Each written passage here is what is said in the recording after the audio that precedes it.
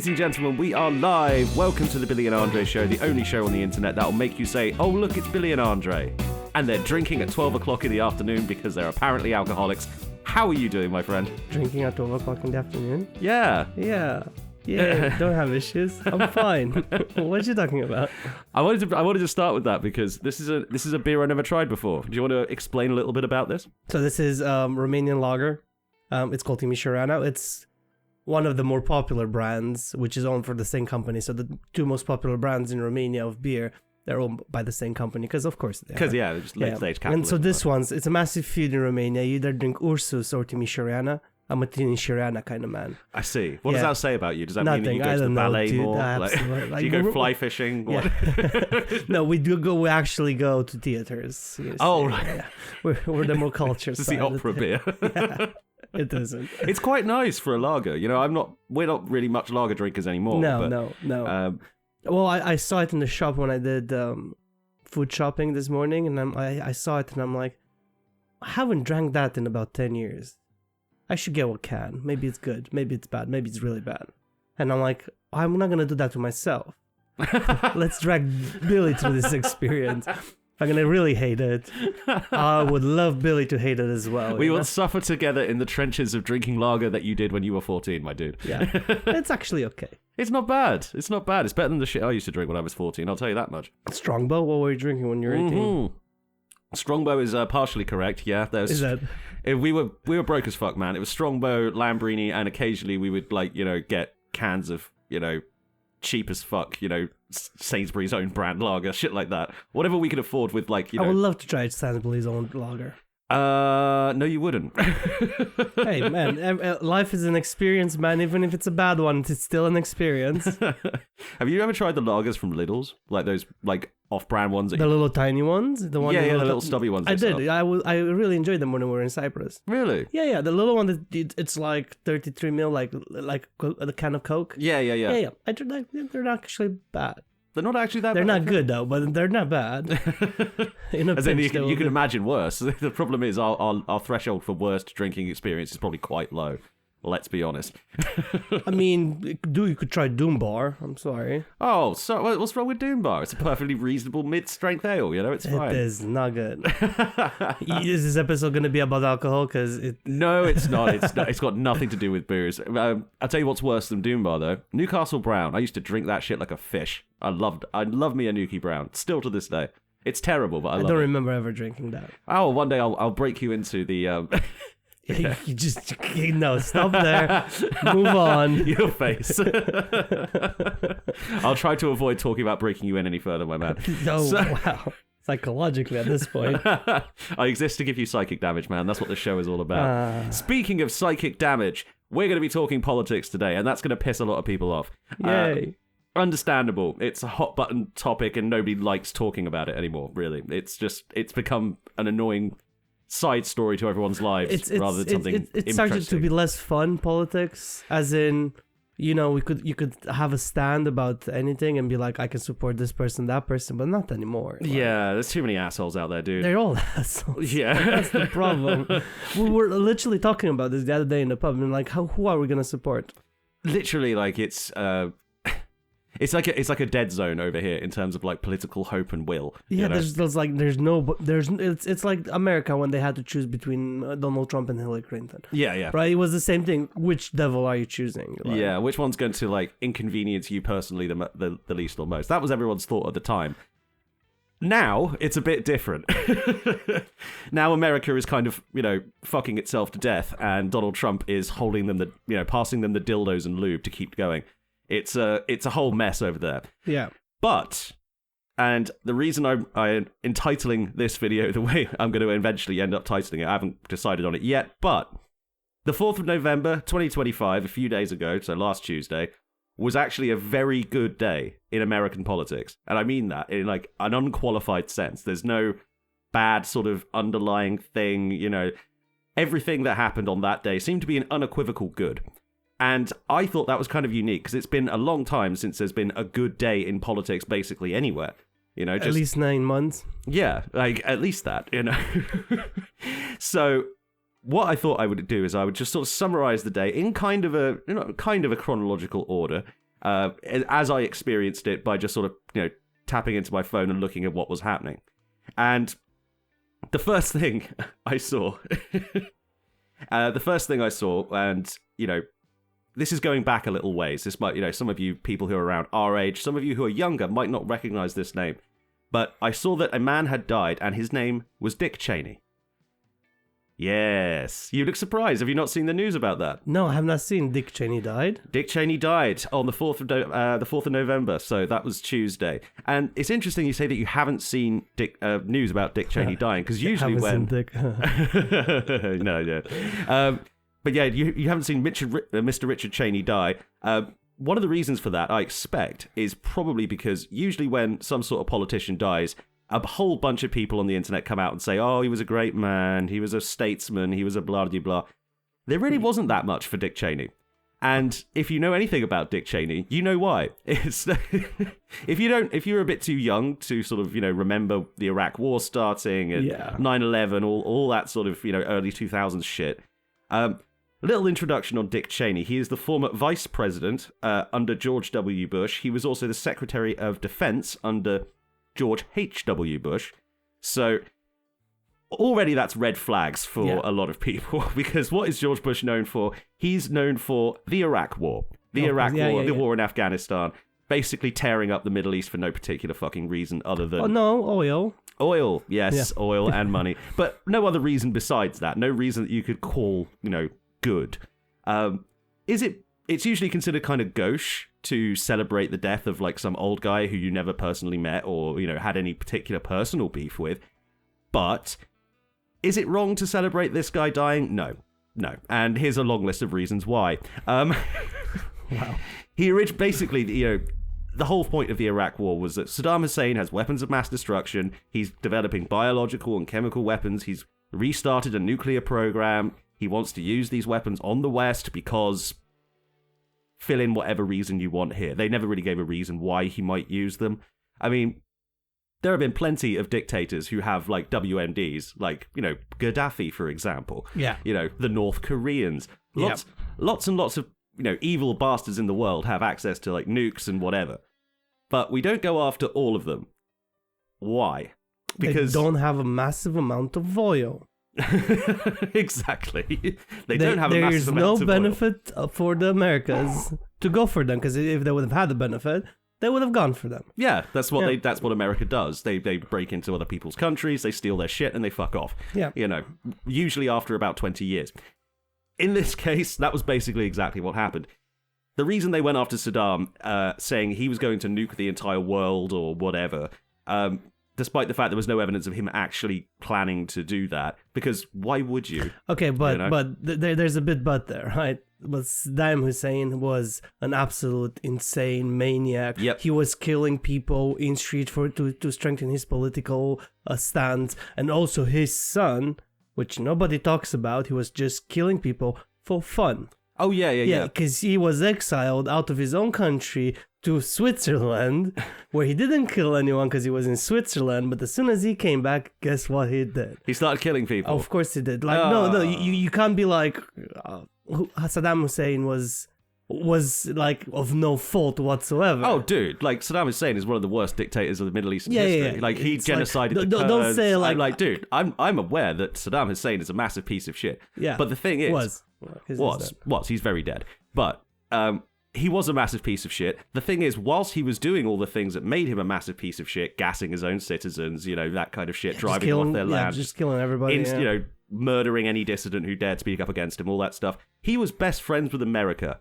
He was an American ally. In fact, he actually has a key to the city of Chicago. Can we get it back? Well, he's dead, so no. It would have passed on to his son, but I'm assuming he's dead as well. He's dead as well. So, thank God. Less maniacs in the world. Good. I would be completely fine if they would say, like, hey, we're going to do a CIA thing, and we're going to overthrow Saddam Hussein, even though we supported him when he was, doing literal genocide against any other country, that America didn't like. They were fine with him basically up until the 90s, until he beat, not beat them. He got his ass kicked in, the first Iraq war. And for some reason they let him live. I'm not entirely sure why. They probably could have stomped on him then. But for whatever reason, they decided, now we'll give him 10 years to build himself back up, and then we'll just do it again to finish the job off. I don't know what their thinking was with that, but that was how we got to Dick Cheney, Mr. Dick Cheney, lying publicly that Saddam Hussein had weapons of mass destruction. He always endorsed that lie. It was a massive lie. Everyone knew it was a lie. But all the news media accepted it as the truth. But for it was a good lie though, because I believed that for the longest of times, and I believe that the war had justification growing up. So it's like, because all of this happened whilst we were growing up, Billy. So I don't think we had strong political opinions.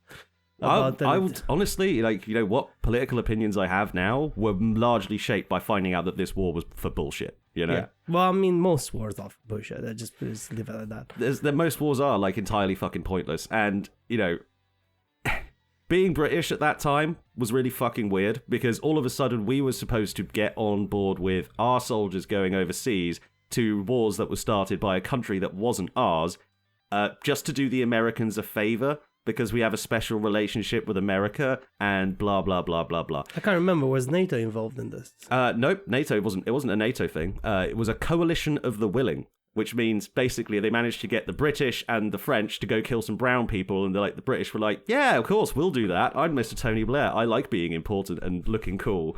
I want to feel like it's back in the colony days. Yeah, I want to feel like England's important again, even though it's not. I want to feel like I'm a good prime minister, even though he wasn't. You know, that Tony Blair was basically a massive arse licker for the Bush administration. Allegedly. No, I'm just good.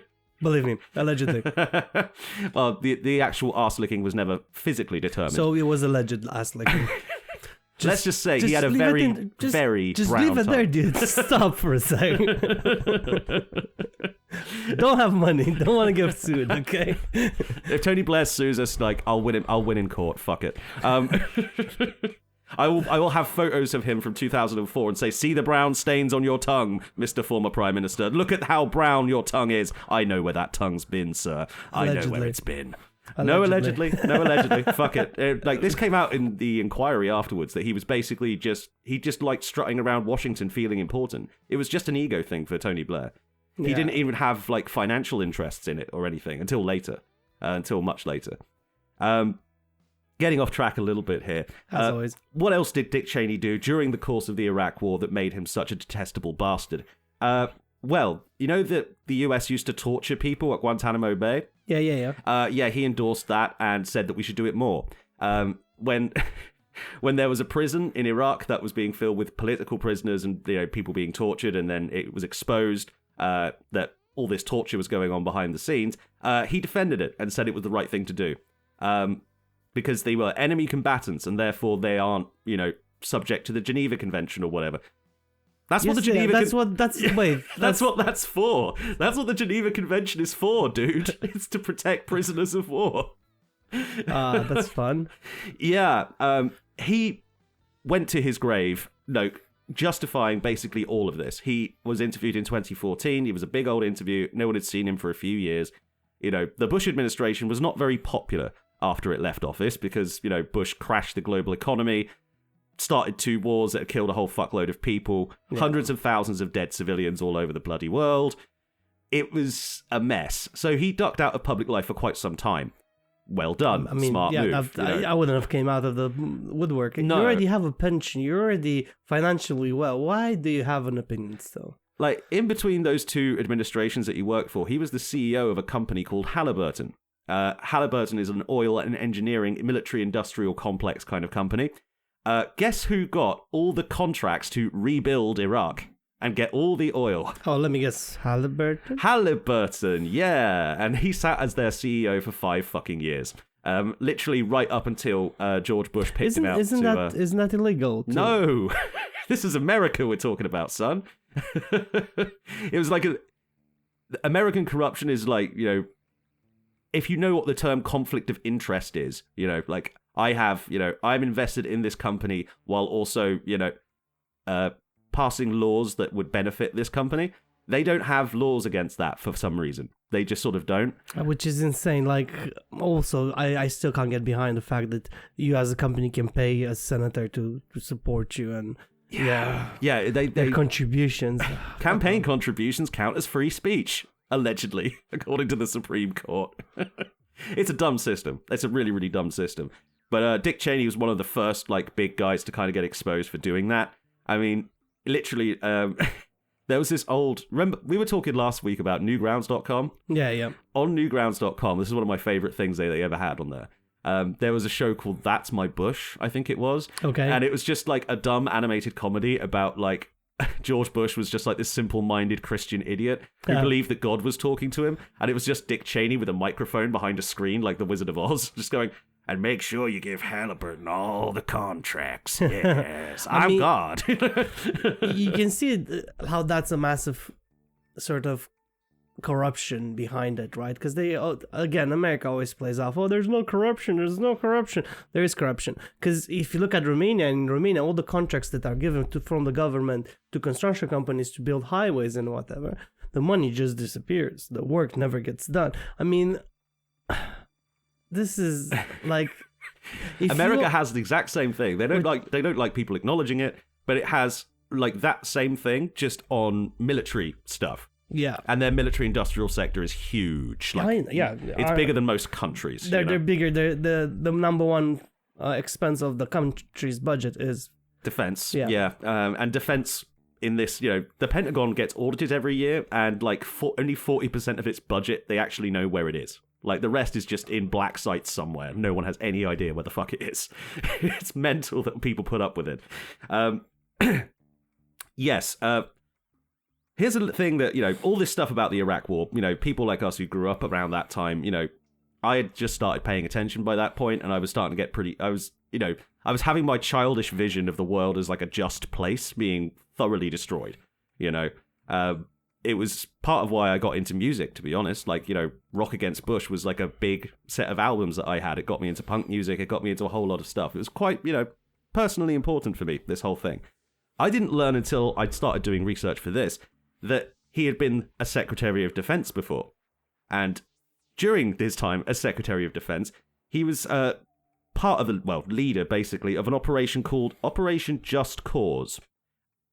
Now, some of you who play like video games might know where the name of the Just Cause franchise comes from. It comes from a real CIA operation down in Panama.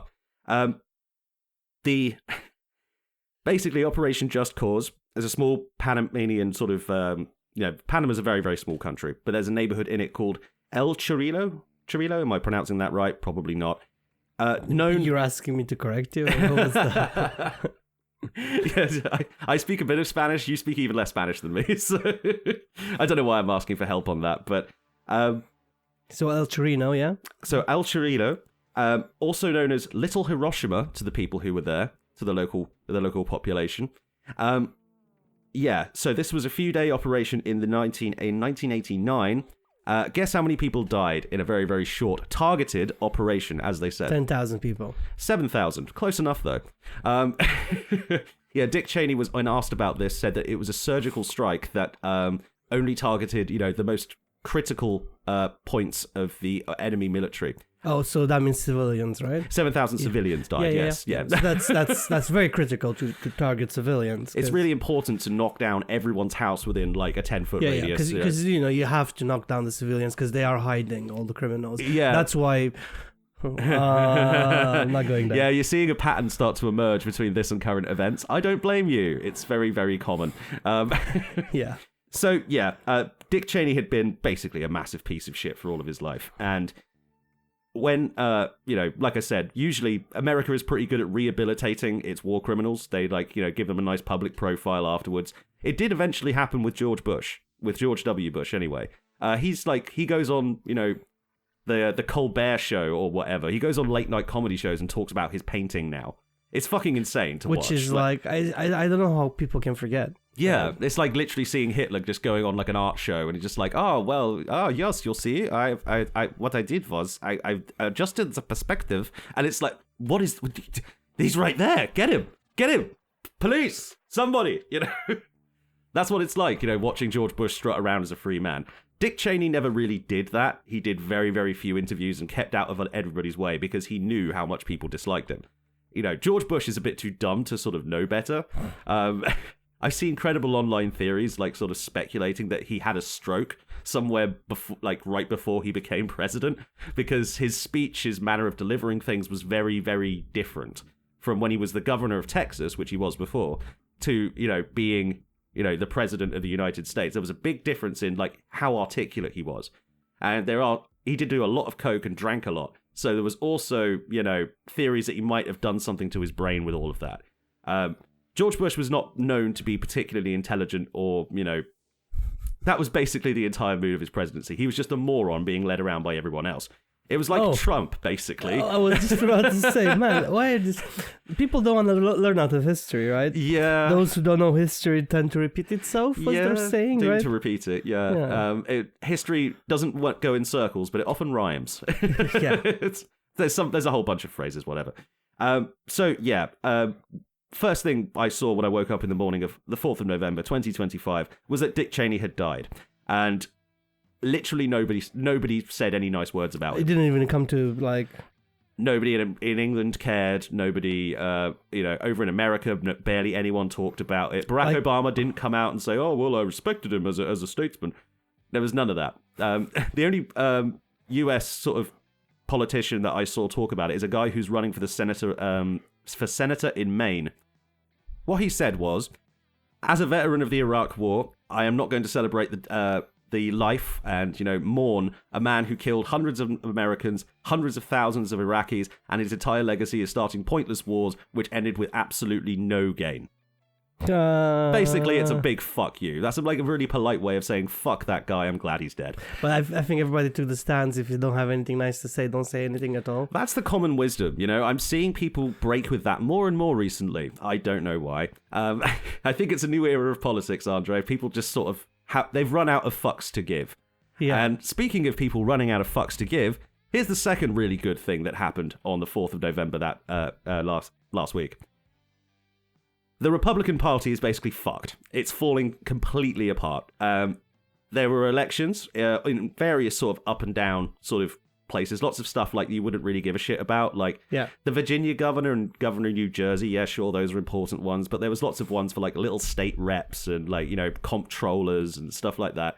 All these weird sort of bureaucratic technical positions that no one really gives a shit about. Republicans lost all of them.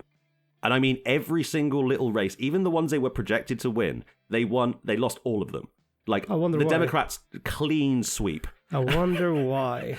It could be the government shutdown. It could be the inflation. It could be the massive layoffs. But is the Democrats' fault the government shut down? Because if they just accepted that the government wouldn't shut down... Oh, dude, that's such a stupid thing. Americans aren't that stupid. They're not believing the most obvious lie in the world. Good for them. They are learning, and they should be encouraged to do so more. Here's another reason why they're probably fucked. The farmers are getting screwed. They're not being able to sell their property to China anymore because of the tariffs.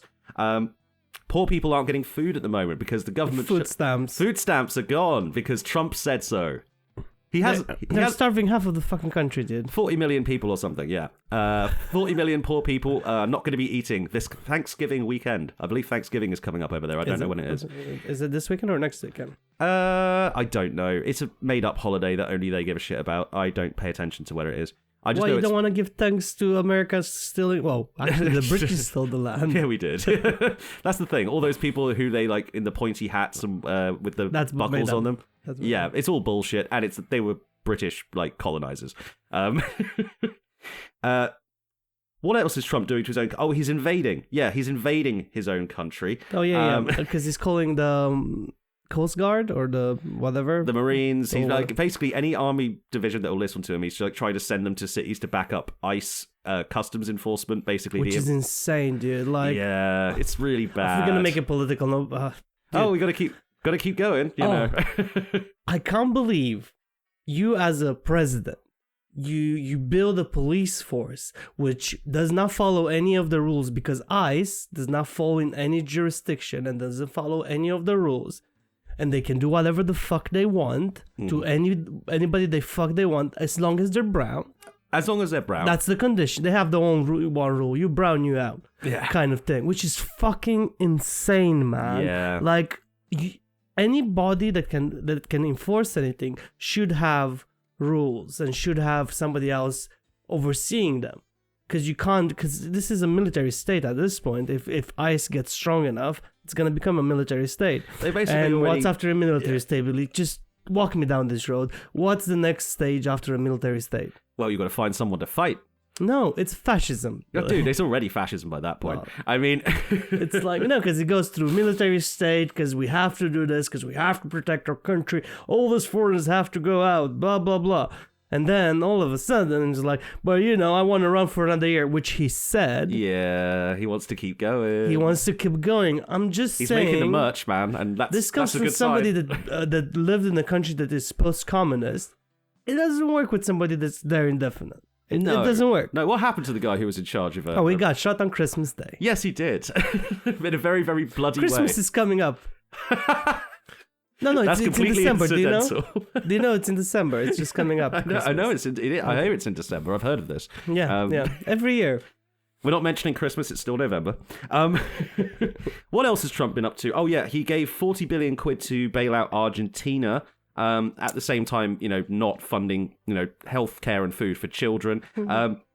Everyone's healthcare is getting more expensive over there at the moment. He's throwing Great Gatsby parties in Mar-a-Lago. I heard about that one. Yeah. I saw images of it. Like a Great Gatsby. And he was themed looking at party. the camera and he was like winking at the camera almost. Yeah, he was like, "Oh, I'm in a movie, man. This is my life." Yeah, and then everyone around him is like starving, and Yeah, it's fine. Tomorrow nobody can have food stamps and actually feed their starving children, but I'm having a good time tonight. The thing is, that's fucked up, is he might get away with it if he wasn't rubbing it in their faces so fucking often. Yes. Because it's every day. Like, he's like, oh, I'm going to make put more gold in the White House. I'm building a ballroom. It's going to be a great ballroom. Yeah, I don't get that with a ballroom. Like, what's the point of that? There isn't one. Because it's like, there's already like 55 rooms in that building. It's a big ass fucking collection of shit, Is he trying, like, quite genuinely try to do what Ceausescu did with the massive people's Presidential palace yeah. in Romania? Because, I mean, it looks like he's going that way. He just has to start importing marble, and he's already there. I think I know what it is, and people might think this is too he has petty. a small penis and he's overcompensating. Yes, but also, like a lot of the rooms in like the White House are sort of named after former president. Like you've got the Roosevelt room, you've got the Lincoln bedroom, you've got the. I think he's got plans for the Trump ballroom. Is what. So you know what you can do as soon as if the next president comes in. If you're listening, next president that you come in, just call it Trump lavatories and turn it into a toilet. Keep one of the gold toilets, call it the Trump shit house, and that's it. Yeah. No, have that be the official name. No bathroom, no toilet, no lavatory. Hey. The Trump shit house, and just leave his legacy there. Yeah. That would be absolutely perfect. And have a big ass picture as you walk in, so Trump can watch his shit. Yeah. Ew. Anyway, the state of America right now is kind of a similar, whenever I'm reading all this stuff, rich people partying while everyone outside is starving, that kind of shit, it makes me think of one country in particular, France. Because that was basically how the French Revolution started. Yeah, but I'm not sure they're going to do a revolution. Their army's too strong. They can't fight. As if the army joins the side of Donald Trump. And guess what's not happening whilst the government is shut down? Oh. The army is not getting paid. Yeah. None of them. Not even the generals. It's insane. It's just insane as a country to stop paying the people that actually make your country run. Yeah, I don't know why. I've had their system explained to me why for some reason their government shuts down because they can't agree on shit. Like, it wouldn't happen in any other country because we don't run things like that. Even if there's a big spending bill debate in Parliament right now, the British Army is still getting paid. The civil service is still getting paid. Because those are human lives. Because you are a bunch of old fucking farts. They can't agree on something. That doesn't mean everybody else has to suffer because you are all not willing to listen to each other. Yeah. And actually make sense. Because you are listening to each other because you need to find another stupid argument to the stupid argument you got. And then, why are everybody else has to suffer because of your stupidity? That's an interesting question. Maybe we'll get back to that one day, but it's a deep philosophical question, and I'd have to brush up on my Bakunin a little bit. And another thing that annoys me right now? How smug I'm being? No, not that. Because I'm just realizing how much of an asshole I come across. We are fucking assholes right now, but that's fine. That's fine. We can complain about this. This is why we have this free podcast, okay? Yeah. We paid these people's salaries. Yeah. Yeah, Like, all our working lives until all we our die. Yeah. We don't have a pay choice about it, really. these people to live it up. Yeah. I mean, we've been tossing around the idea of doing a podcast about the state of the bar and restaurant inside the Commons and how much cheaper it is than you would expect. Have we not done that? No, we haven't, but I think we will at some point. But for context, imagine like you're working at the bar in the House of Commons. You're the assistant manager who runs the House of Commons bar. And imagine if all of a sudden, because you're a government employee, you're not getting paid because the guys in the other room who drink at your bar every night suddenly, decided to stop paying you. I would definitely 100% not go to work anymore. But that's just me, right? Not go to work is like, the mildest thing you could do. But all these people are still expected to show up for work. All the American federal workers, they're still expected to show up and not get paid for it. And Trump's also talking about trying to nick their back pay. As in, like, they're supposed to legally be paid, like, all their shit once the government reopens. Duh. Like, because obviously these people have families and shit. He's trying to say, no, we don't need to do that. Correct me if I'm wrong. If anybody that actually listens to this and it got to this point and you're American, aren't you protected by labor law? Yeah. And you should be able, like, how is your labor law? Like, quite genuinely, if anybody got here, like, I'm genuinely curious about, because I know in the UK labor law is really fucking strict. It's quite strict. We've got decent labor for like. That's law why we protections pay waiters the minimum wage, and then they can keep their tips, rather than America where they can do whatever the fuck they want. Yeah. While I used to work for the NHS. While I was working full time for the NHS, I got a month off, like, paid. Month off paid, no questions asked. If you're a chick and you get pregnant, then that's immediately you get like about a year's maternity leave. Yeah. America doesn't have any of that. Oh, they don't have paid 6 days. They don't have paid time off. That's insane. It's mad to think about. They just think, oh yeah, well, it's because we're America, man. We hustle, we grind. We embrace the grind, motherfucker. Like, dude, you're just getting shat on, man. You're doing the shit that Victorian children were doing. It's the fact that you pay taxes and you want to have the sort of security. Right? Yeah, if you're paying taxes, the government should do stuff for you as a thanks for paying those taxes, Yeah, and just make sure that, you live a higher living standard. That would be nice. Well, yeah. We shouldn't say that living standard in the UK at the moment. So it's like, yeah, true. It's not all rosy here either. It's not. But that's not because our laws are wrong. It's because people don't give enough people money to fund those laws for the most part. It's a different kind of problem. We have our own political problem. Anyway, go on with the thing because we're going to be here forever. So, 4th of November, lots and lots of elections. Republicans versus Democrats. Republicans lose every single fucking one. And I'm not kidding. Like, it was literally like down to the fucking wire on everything. So here's a couple of interesting ones. The Virginia governor's house, they were expected to have a very close race. It went to the Democrat by 12 points. That's 12% more Democrat than they expected. The same thing basically happened in New Jersey. They lost... The Republicans lost, like, state-level seats, like, minor seats, in Tennessee and Mississippi and, like, the Deep South, where it's like, get off my land, I'll shoot you for Jesus. That kind of country. There was a scandal where one Democrat candidate was caught texting his friend saying that he wanted to kill his political opponent, as in, like, just shoot them because they were worthless as a human being or something like that. It got made public. It was a huge scandal, and everyone was like, "Oh wow, he's toast. He's not." No. He won by 8 points. He won after joking about killing his political opponent, and none of the voters gave a shit. They were like, "Yeah, fuck it, that guy." You have a good point. They were like, "You have a good point, man." Yeah, we get it, man. We joke about killing them too. That's why we vote for you right now. Yeah. It's like, honestly, it makes me like him more. Wow. The thing is, the Democrats aren't particularly popular on a national scale or anything. Everyone thinks the Democrats are a bunch of weak, feckless losers because that's what they are. They lost to Trump in the first place. They're partly responsible for what's been happening. They lost to Trump points. Yeah, they keep losing to the fucking clown lunatic who's, doing fascism. And they somehow can't get in front of this guy. Well, it seems that Americans have finally gotten pissed off enough with Trump's shit to actually just never consider voting Republican ever again. And good. Good. I hope that this trend continues. I hope this isn't a fluke. I really hope that, because next year there's a whole lot more elections. I wonder if the same trend will continue. We will see. Time will tell. I do not have the crystal How about ball. the New York? You have a special segment on New York. I do. Okay, I do I'll have a shut up special then. segment on New I'll York. shut up then. Well, yeah, you predict me very, very well, my friend. That's because we know each other. So, the biggest win, at least the most spoken about win. He didn't win by the largest margin, but he did win quite handily. And he's probably the most famous sort of, mayor in America right now, especially over there, because, a lot of national attention has been drawn to it because he was running against someone who was also very famous in national politics, Andrew Cuomo. And also because his campaign was kind of a fairy story. His name is Zoran Kwame Mamdani. Now that, as you may have noticed, is not an anglicized name. No, it is not. Because he is not born in America. He was born in Uganda about 2 weeks before I was.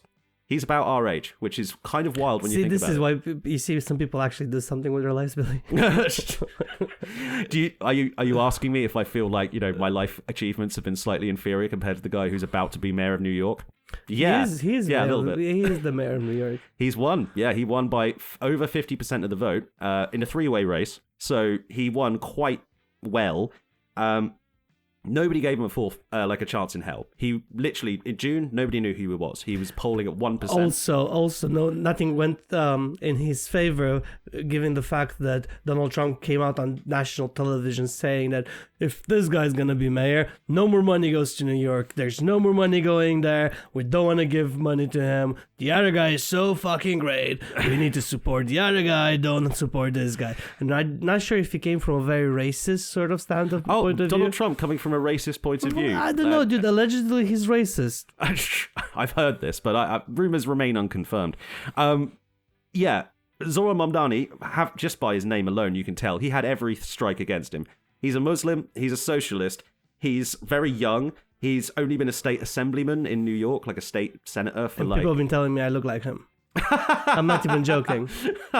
Don't flatter yourself that much, dude. Well, people been walking up to me and say you look just like them. We was in the pub and they were drunk, but I know exactly who you mean when you say that, and I know exactly who it was, and I'm going to make fun of him for that. It's just because you have a beard. No, dude, you have totally different beard like styles and face shapes. He puts more emphasis on the tash than you do. I think it works better with his face. He's got a mustache that looks smiley. okay. Even when he's not. I don't smiling. want to look happy anyways. That's the thing. He's smiling all the time. You are not that guy. That shit. I'm gonna get paid enough for this shit. Hey, it's all right. It's all part of the service. So why did he win?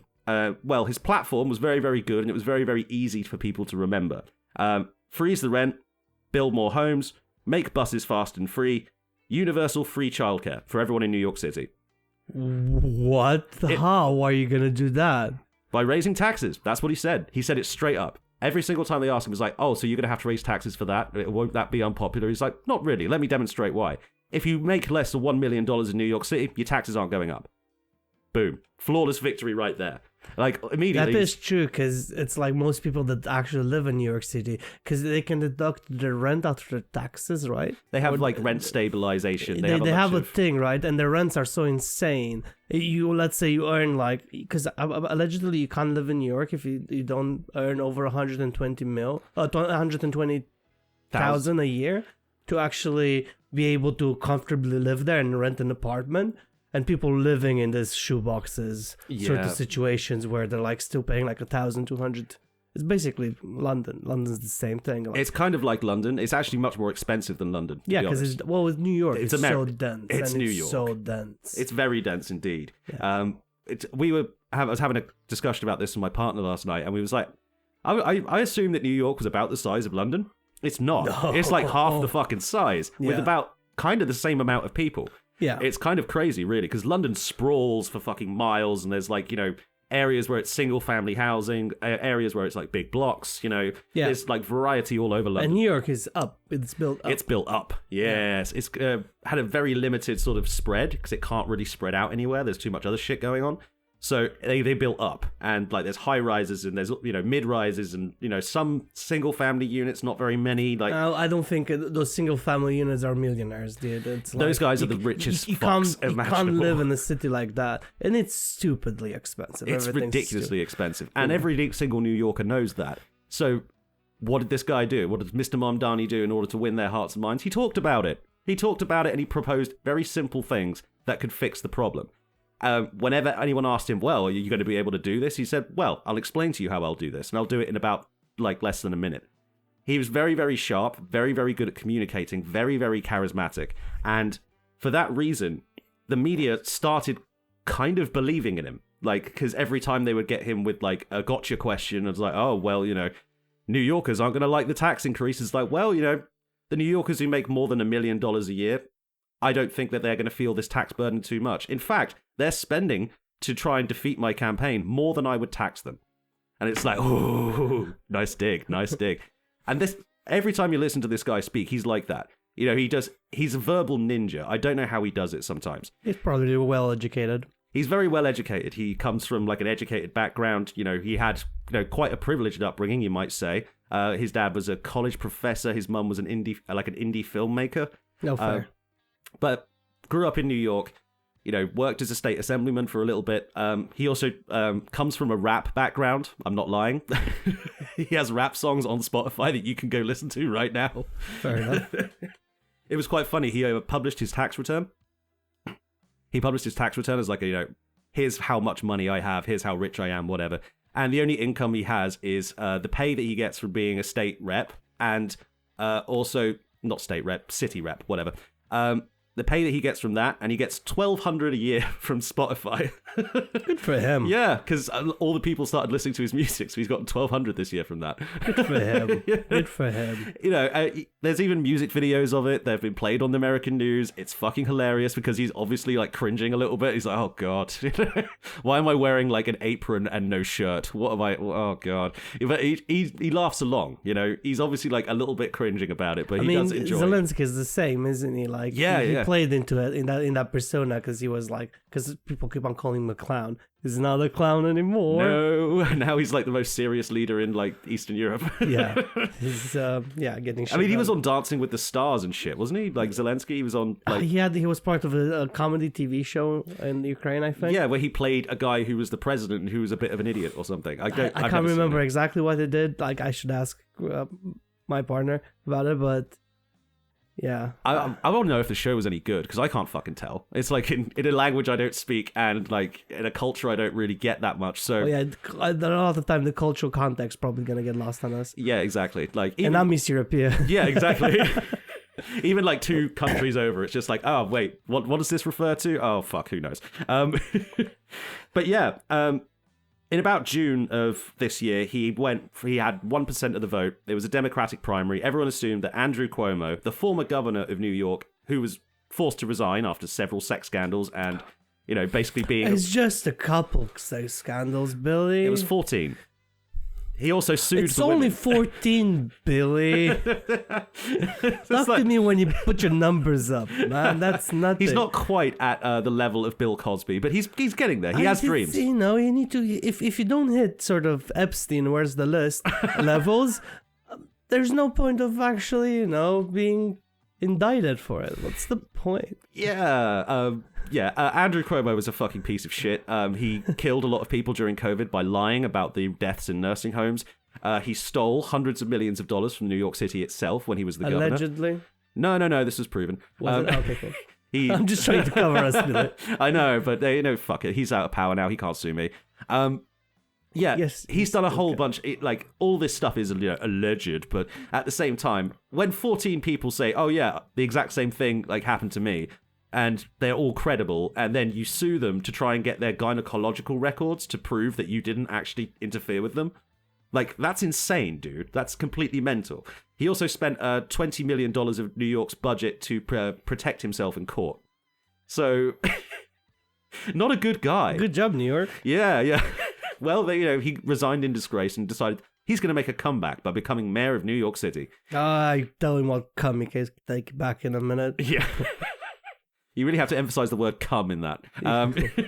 But yeah, so he came to the race, had a huge lead, had lots and lots of money behind him. The Democratic establishment all endorsed him. It's oh, welcome back into the fold. People who were calling him a scumfuck, a few months before, were then oh, yes, I will give him my endorsement to become mayor of New York City. But you know why they did that? Because an orange man has to put his fingers in the... Oh, yeah, that was terrible phrasing, dude. I know. I'm cringed myself. You played yourself. So, yeah, up against this guy, no one thought that anyone else had any kind of chance. This guy, Zoran Mamdani, starts putting out Twitter ads. Basically, they were positive. He was talking about how he's going to freeze the rent. He was talking about how he's going to make things cheaper for people. But he also, and this is a critical difference between him and other Democrats who sort of try and follow his mold. He fucking despised Andrew Cuomo, and he had no compunctions about letting people know it. He had no shame in doing it. He was just like, yeah, here's why I hate Andrew Cuomo. He's defending the Israeli genocide. He is actually on the legal defense team for the Israeli prime minister if he ever decides to come to New York and get sued there. He just like rattled off a list of a whole bunch of corrupt shit, and he's just like, yeah, we should probably kick this guy to the past. What do you say? Vote for me.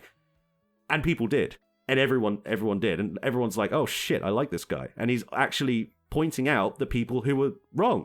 He's pointing out that the system is fucked and giving it a name. He's putting a name to a face. Most Democrats don't have the balls to do that. And this is New York, bear in mind. It's New York. I'm walking here fucking territory. New Yorkers pride themselves on being a tough bunch. Having a guy out there who's willing to call out, your opponent and say, hey, fuck you. That's very, very New York. So they got behind him. And it took a while, but he eventually, very slowly, he crept right up in the polls. It was neck and neck on the primary election day. Blasted Cuomo out by 13 points. Just landslide numbers. Like Assad, Bashar al-Assad levels of election winning. It was ridiculous. It was crazy. But here's Andrew being negative to that. Oh, yeah. Do you think he's going to actually do anything? Would he have enough power to do anything about anything? Well, that's the question that he's been dogged with since. And there is a lot of things he can do just as mayor. Freezing the rent, not an issue. He sets the rent guidelines board that sort of allows the rent to be raised or lowered. He can just freeze that. Like, he could just pick all his guys, boom, boom, boom, rent's not going up. 4 years, your rent's not going up. Banger. That's a good start. He's in discussion with the governor of New York State to get the taxes raised on corporations in the top 1%, obviously, nice. to fund his free buses. Yeah. There's a lot of rich people in New York. Oh, dude, stock market's there. Exactly. There's a lot of rich corporations in New York. Those corporations pay less tax than they do in the neighboring states around it. Like, New Jersey has a higher corporate tax rate than New York. So he's like, okay, we're going to raise it up to the same level as New Jersey. That should give us enough to pay for the free buses and the free universal childcare. Boom. Done. Very, very simple. Worst case scenario, they move up and you need to remake those buildings that they occupied into apartments. And then you don't have to build more apartments if you got free apartments. Exactly. I'm just saying, it's a thing. I'm sure you could redesign them to be livable space. There's a lot of redesigning that you could be doing if you have the right political will and the money to do it, basically. Time will tell if he's able to actually get most of this shit done. I think he's going to make a good effort of it. The interesting thing, now, after he'd beaten Andrew Cuomo the first time in the primary race, Andrew Cuomo said, oh, well, I concede the race. I'm not going to... For some reason, he came back.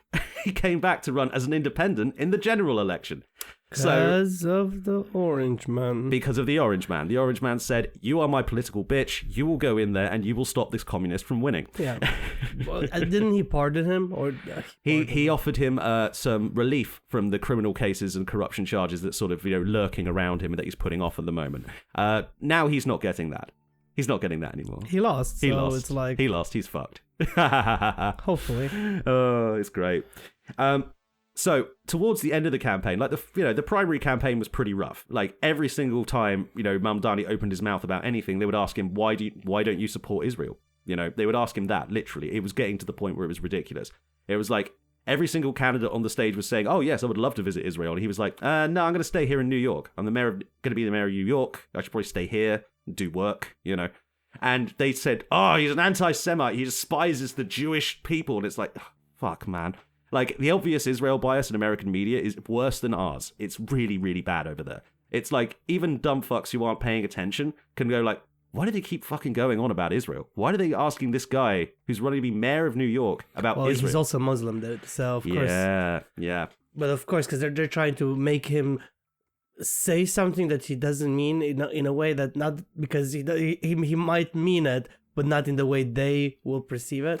One thing, as in, he could say something that makes sense, and then he'll be like, "Oh, is that because you're Muslim?" Yeah, that's the kind of thing. So they're gonna play that card. They played that card so fucking hard, it's ridiculous. There was like memes everywhere of like him flying the planes into the two towers and shit like that. They went hard on the he's a terrorist, he's a jihadist angle. Even like Democrats got in on this. Democratic senators were calling him a jihadist who supported global jihad. Like. That's not like that's just what because the guy's brown and has a Muslim name. Are you fucking serious? What the fuck? Like how out of touch do you have to be to look at someone who goes, "Hey, that genocide over there, that's pretty bad," and just immediately go, he's a terrorist. He wants to kill children. Like the overreaction is fucking stunning. Like anyone from the outside could see that this was not a winning argument. It was never going to be a winning argument. And a lot of people, even a lot of Jewish people in New York, do not fucking like what Israel is doing. Yeah, of course they're not, but they're Americans and they understand that everything that happened to them in the past, which was actually bad to them, is being wiped out now. Like, people will not look at them being like, oh yeah, the Second World War happened, so, now they're like, Israel happened, maybe we should, like, give them the benefit of the doubt. I'm like, no, just because, like, something really bad happened to a group of people doesn't give them the right to then, make someone else their victim, Yeah. That's the same thing in like mental health, If someone's been horribly abused throughout their life, I understand why they might think and feel certain extreme ways, But I'm not going to let them pass on the cycle of abuse, Yeah. There's lines that have to be drawn, and Mr. Mamdani, to his credit, even though he was getting absolute bullshit flung at him by literally everybody on this, he never backed down. He stuck to his principles and said, look, what is going on in Gaza is an atrocity, and I do not support it. It's that simple. I believe he actually said, and this is very, very clever of him.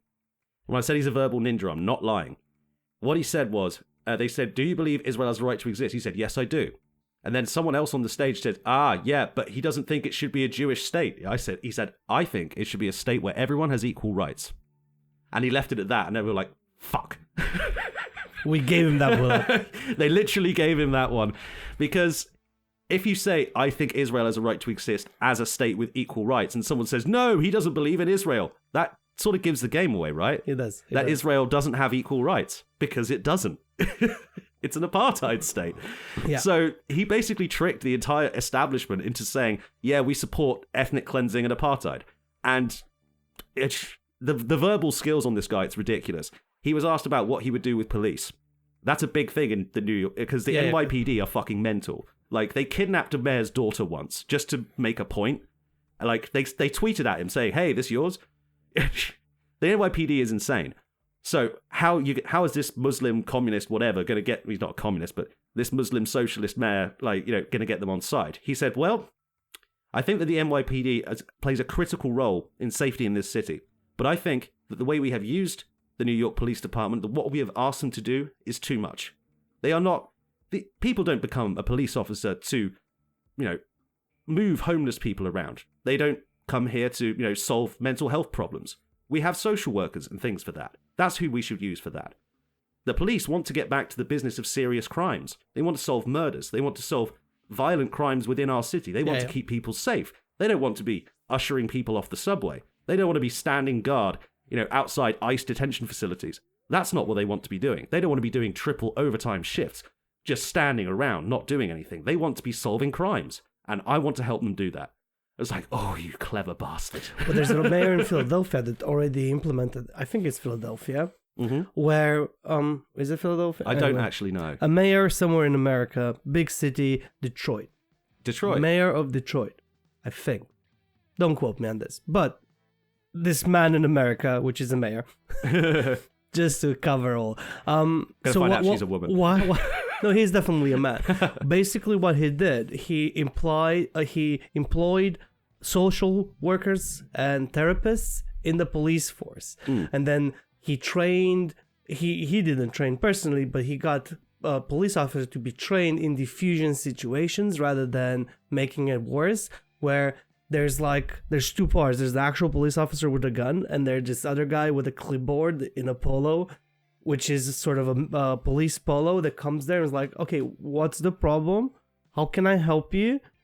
Can't help you? Shoot him. That was a joke. That last part was a joke. But the idea is the first responders are police officers, but also somebody that is a trained sort of physician in a way, where he actually has the knowledge to diffuse situations rather than make them worse just because I can't deal with this, I'll just shoot you. Yeah. Kind of situation. Yeah. So he did this thing, and apparently the crime rate just fucking plummeted. And what also plummeted? The amount of people getting shot by the police. Yeah. Because all these guys, these unarmed black guys getting shot as they're running away. That happens all across this place in America. Yeah, and because cops are trigger happy. Because they're fear for their lives. One of the reasons they run, maybe one of the reasons is that they just fear for their lives. The other reason, maybe they did the drug. That's right? Maybe who knows? But don't shoot first and ask question later. Yeah, have a guy who's like a nice facing sort of dude just show up and like, hey man, I'm here to help you. Like, you have drugs and you 3, 2, 1. If the guy that didn't run is like, dude, I gave you fucking 3 seconds. I wanted to make this fair. That would totally be what I would do, and I'd totally get fired for that. But anyway, that's basically the kind of thing that Mr. Zoran Mamdani I really hope he does it. I really hope. I hope so too. To be honest, I kind of think that, we could benefit a little bit. Our system does not have, necessarily have mental health workers that go out with police. Yeah. I always thought that they should have a kind of mental health rapid response hotline, something similar. I wouldn't be the guy to devise it, but I always thought that should happen. So if we see someone who might have a mental health problem, the first person they see shouldn't be the police. They should see someone. No, because police it's a sign of aggression. It's a sign of like, oh, you're doing something wrong, sunshine. And if you fuck with the police, they are legally allowed to just beat the fuck out of you. That's just what the police are there for. If you are causing a ruckus, But if you send in someone who has de-escalation training, de-escalation training is not that difficult. It's just thinking in a certain way. Yeah, just knowing how to talk to the person. It's knowing how to talk to people, knowing how to listen, knowing how to, appear as if you're taking people seriously. Because that's a lot of people, even inside mental health, they don't always look like they're taking people seriously. And it's like, dude, you've got to make sure that you're not like rolling your eyes or yawning on like do basic stuff like that. You've got to look interested, even if you're tired as fuck. You've got to make sure that you look and you are engaged. The police do not get that training. They just go, well, what's the problem here then? The British police are a lot better at this than the American police. The American police are a bunch of psychos for the most part. But it would be a massive, massive improvement and a much less strain on the police themselves to not have to be just standing around for 6 hours at like subway stations because like a homeless guy was seen there the other day. And he's got a plan for the homelessness as well. The guy's kind of a gem, like in terms of he's got all the policy bases covered. He's very, very charismatic, very good looking, very young, and very energetic and good at social media. He's kind of a full package. I really hope he has a good security system as well. I hope he's got the best Kevlar that money can buy, because there are going to be people gunning for that guy. I feel bad because in America, most times when there was a good president, kind of got shot. Yeah, they did get shot, didn't they?